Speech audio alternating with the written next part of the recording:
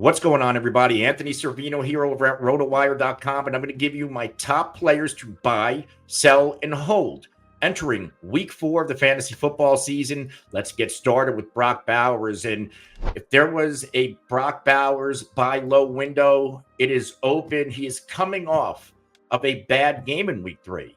4 targets, 3 receptions, 41 yards. That is season lows across the board, but he is still one of the top tight ends I'm willing to insert in my fantasy football lineups on a week-to-week basis. Now, with Las Vegas head coach Antonio Pierce bringing up a potential shakeup at the quarterback position, we could see Brock Bowers see another big bump in production.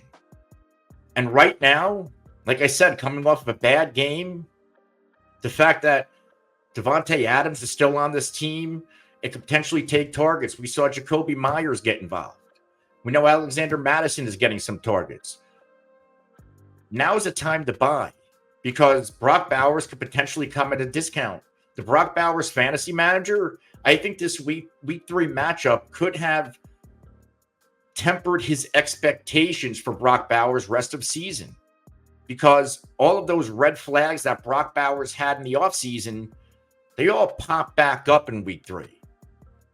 And that's good news for you, the buyer, because if you have the right Brock Bowers fantasy manager in your league, you could potentially get Brock Bowers at a massive discount because after Week 2, if you were trying to buy Brock Bowers, you were going to have to pay premium, especially because the tight end position is such a cesspool, such a wasteland this year. And the matchups for Brock Bowers, they're pretty good. If you look ahead, Cleveland, on paper, they're okay against tight ends. But they also played the Giants and they played the Cowboys. And in that Week 1 game against the Cowboys, before Jake Ferguson went down to injury, he was off to a pretty good game. So the Browns defense isn't as good against tight ends as the schedule looks. Then you get Denver, and we know the defense is pretty good at shutting down perimeter wide receivers, but they can be gashed over the middle. We saw that from tight ends, and we saw that from Chris Godwin. So these matchups for Brock Bowers are not bad.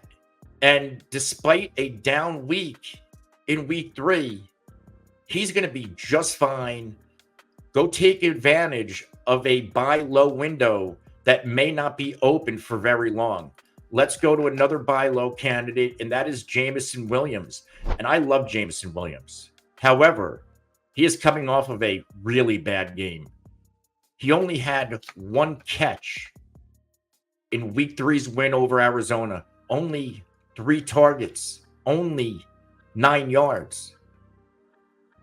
The first 2 games of the year when Jameson Williams went ballistic, we could expect more of those upcoming. But similar to how I feel about Brock Bowers, if you're a fantasy manager of Jameson Williams and you think, hey, I've had this guy in the past, he never came through, and he just pops the first 2 games of the year, what happened to him in Week 3? The Lions, they ran the football a ton. They're not going to throw as much this year. All of those potential red flags are in the back of a fantasy football manager's mind who has Jameson Williams, and this is another opportunity. Go get a really good player with a really high ceiling at a discount.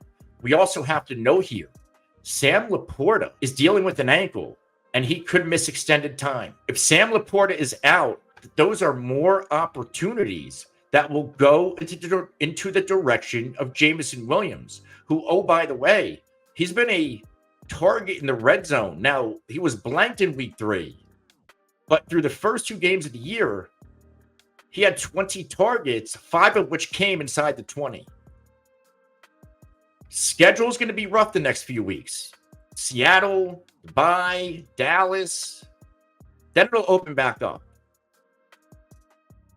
I would go buy Jameson Williams now at a discount. And you might have to deal with some adversity. But coming out of the bye, you get teams like Dallas, Minnesota, Tennessee, Green Bay, Houston, Jacksonville, Indianapolis. That is a really nice schedule heading into the fantasy playoffs that I would want Jameson Williams on my side rather than my opponents. Next up, Kyler Murray. This is a big-time buy low window for Kyler Murray. Kyler Murray had that one big pop game. We know coming into the year, Kyler Murray was one of the best values on the board, but through 3 games, he's had a rough start. Week 1 against Buffalo, Kyler didn't live up to expectations. Last week against Detroit, didn't live up to expectations. But what do we know? Detroit, Buffalo, 2 really nice defenses.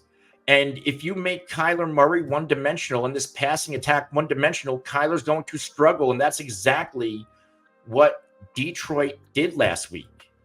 But against the Rams, a defense with a lot of holes, Kyler Murray had one of the best games of his career, one of his best games in fantasy football ever.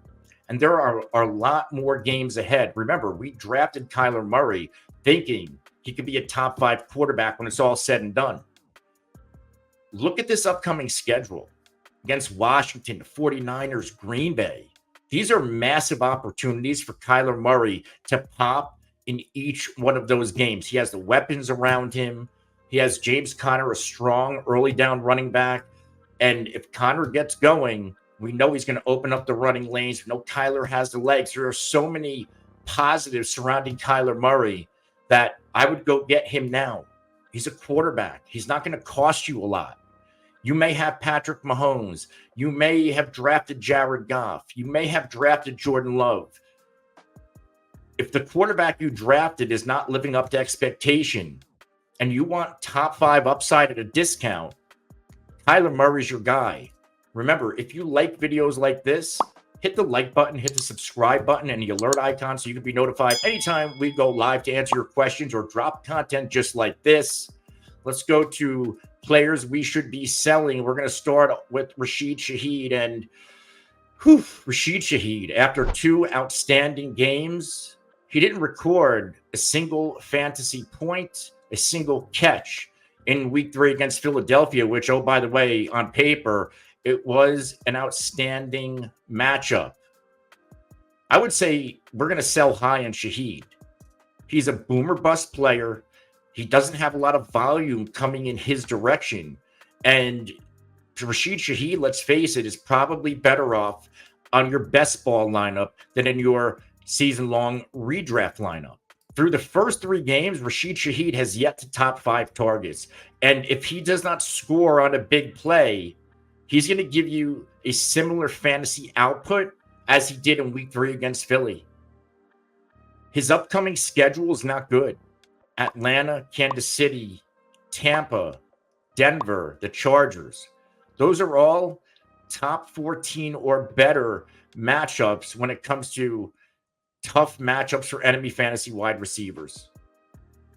Before it starts going downhill for Rashid Shaheed and the Saints offense, you want to sell high while people's memory is still, oh, Shaheed popped in the first 2 games. I need a piece of that because it could come crashing down fast, and it could happen this upcoming game against the Atlanta Falcons. Let's go to another sell. That's Rachaad White, and this is a player I want to move off of yesterday. He dominated the snaps in week 3, 74% of the snaps over Bucky Irving. However, what do we know? Rachaad White, one of the more inefficient running backs in the NFL. He just managed 17 yards on 6 carries, another inefficient showing.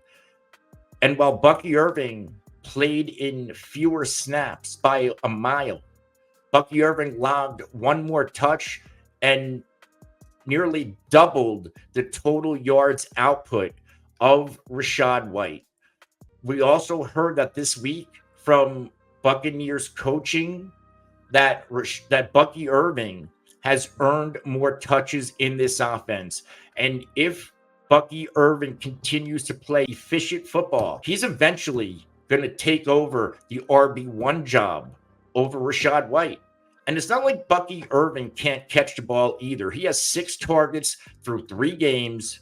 Now, Rachaad White is probably going to be the passing down guy, but it's not like Bucky can't do it and eventually take over a really large workload. Let's go to 2 players I am holding. I'm going to start with DJ Moore.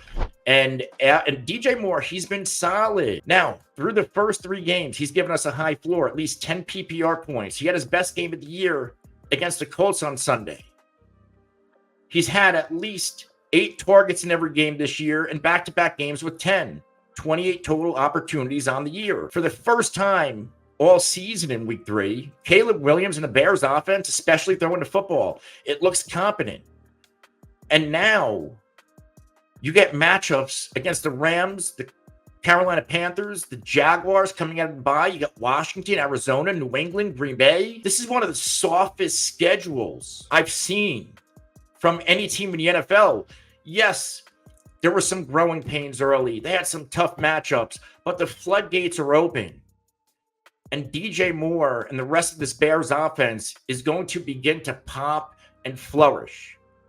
If you have DJ Moore, hold on to him because he's going to start paying dividends. My final hold, J.K. Dobbins. J.K. Dobbins coming off of his worst outing of the year. Consequently, it was also his toughest matchup of the year against the Pittsburgh Steelers. Rushed 15 times for 44 yards. Caught all 3 of his targets for 10 yards. Didn't score a touchdown. But for the first time this season, he dominated the snap share over Gus Edwards, which tells me Harbaugh and Roman, they trust that he could potentially stay healthy. They trust a larger workload, and they know that he is the more efficient running back over Gus Edwards. Gus Edwards isn't going to totally go away. They need a change of pace guy.